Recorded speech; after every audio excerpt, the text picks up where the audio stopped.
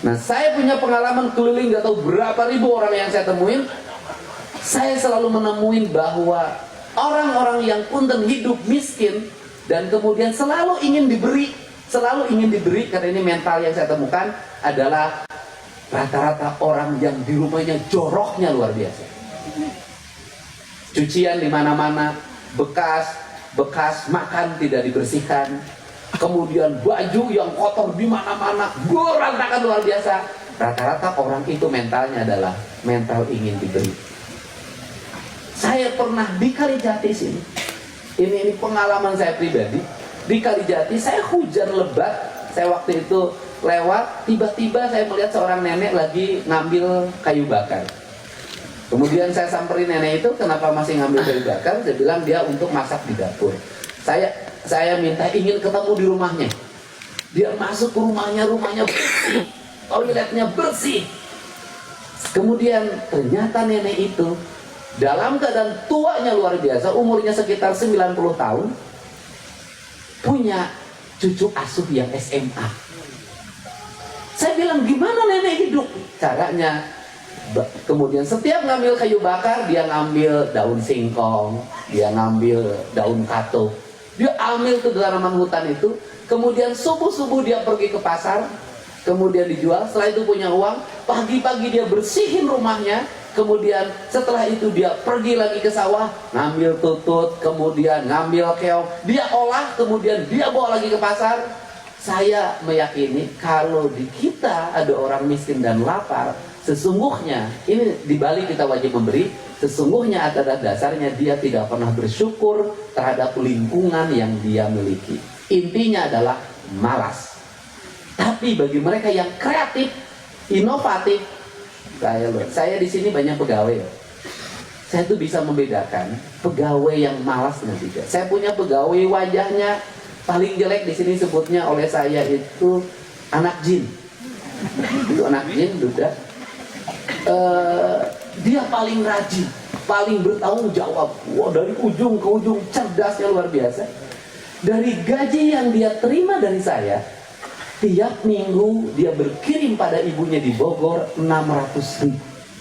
Saya tanya, kamu buat apa? Lagi bikin rumah buat ibunya. Setelah itu apa lagi? Beli domba disimpan oleh ibunya di kampung. Ternyata rumah ibunya bagus, dombanya banyak. Saya katakan, kawin kamu. Tidak, lebih baik saya beli, katanya. Outsourcing.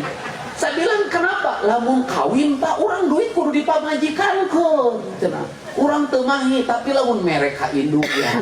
Terus lah, begitu masa kali-kali, walaupun itu berdosa. Saya bilang, ini keren loh pak. Jadi, kemiskinan dan berbagai problem sesungguhnya lahir dari jiwa dan kita masing-masing. Menteri yang kreatif bisa melahirkan sesuatu yang tidak ada dalam pikiran orang.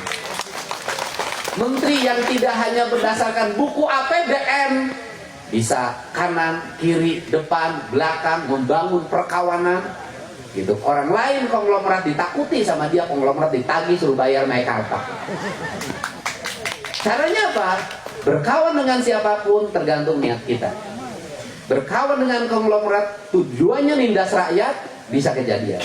Tapi berkawan dengan konglomerat tujuannya adalah mensejahterakan rakyat, mengajarkan konglomerat untuk taat pada negara, mencintai negara, tidak serakah, tidak eksploitatif, rajin bayar pajak.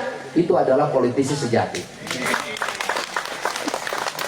Pawang yang hebat bukan menjauhi harimau. Pawang yang hebat adalah mampu mengendalikan harimau. Betul nggak Pak? Ya itu. Ini penting ya. Ini penting dan ini hidup karena silih asa, silih asih, silih asuh saling memuji, bukan saling menjatuhkan. Gitu. Saya dipuji Pak Kodari, saya pun muji Pak Kodari. Saya dipuji Bang Ara, saya pun muji Bang Ara. Karena kita di hidup itu diajarkan saling memuji. Yang dilarang adalah saling mencaci. Gitu. Jadi ini sahabat saya Pak, deket-deket ini wali kota Depok. Saya pengen segera merubah Depok untuk gagah karena dia adalah etalase Jawa Barat di depan Jakarta. Saya udah ngomong dari tadi ini Bupati Sumedang, sejarah peradaban di Sunda, kerajaan terakhir yang tersisa.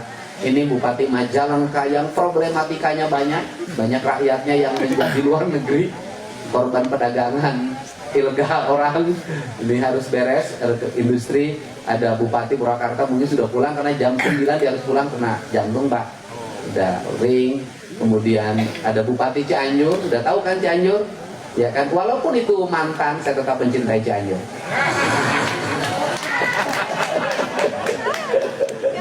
Ya, itu. Jadi saya tetap mencintai mantan, yaitu Cianjurnya yang saya cintai. Jadi ini dan tempat ini sebenarnya tempat relaksasi saya. Saya selalu ngumpulin teman-teman di sini. Pak Prabowo pernah, rumah yang saya tinggali hari ini adalah dulu tempat acaranya Pak Prabowo bertemu dengan warga Sumedang waktu itu sini. Dan bagi saya hitungannya sederhana, daripada saya nyewa hotel mahal, saya kumpul mendingan di sini. Karena apa? Karena rumah kita di sini.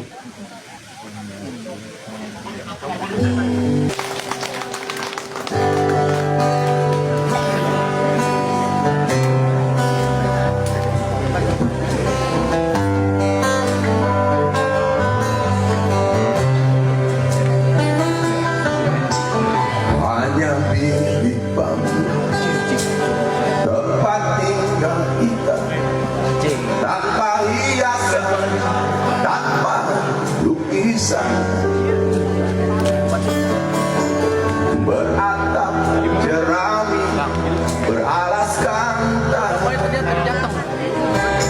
Nah, semua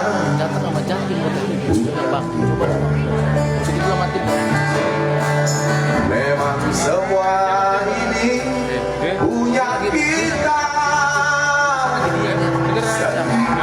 Udah jangan soalnya Bo. Siapa?